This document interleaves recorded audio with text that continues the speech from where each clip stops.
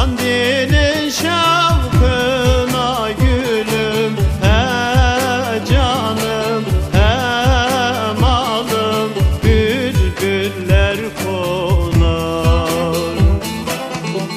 Kandilin şavkına gülüm, he canım, he malım, bülbüller konar. İnsan sevdiğine böyle mi yanar? Anam aman. İnsan sevdiğine böyle mi yanar? Anam aman. Bülbülün gül ile yavrum, he canım, he malım, har davası var. Ellerim benimle gülüm, he canım, he malım, ne kavgası var.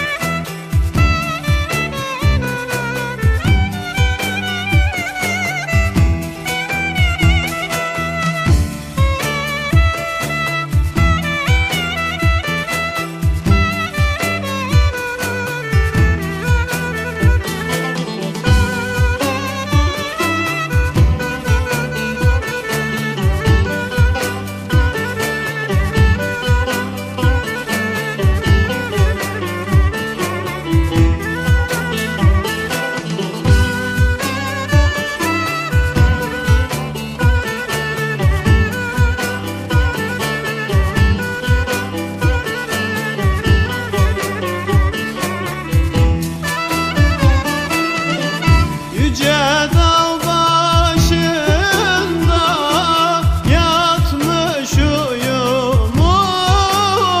anam aman. Yüce dağ başında yatmış uyumuş anam aman. O ela gözlerin yavrum, he canım, he malım, uyku bürümüş.